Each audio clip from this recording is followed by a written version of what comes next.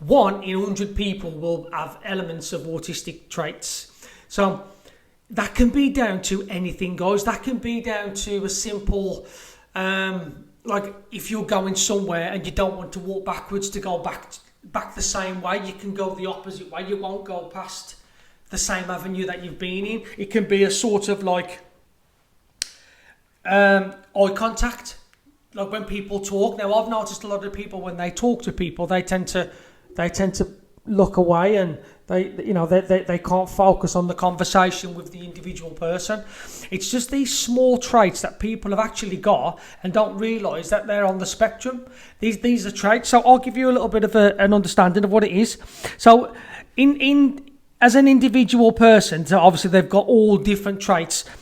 Difficulty in face expression. So if you're autistic and you do a funny face expression, they might not understand that they need to laugh, smile, or be a part of it. They will probably just stand there and just not understand it. So there's no real emotion coming from it.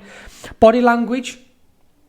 They some people on the spectrum understand body language, but some people don't. So what I'm going to do, guys, I'm just going to reel off some things that your son or daughter might have, and maybe how we can approach this moving forward. Now, I'm not qualified in this. I'm not preaching this because I'm the guru of it. I've just been able to teach children and work with adults that have actually got autistic behaviours within the teaching sector. So I only can explain and express what I've come across and how I've dealt with these things. So like I say, I always look at it from 2 different avenues: a teacher point of view and the way that we have to deliver it, and also from a spectrum side of view of being a part of the spectrum myself. I believe I've got autistic traits. So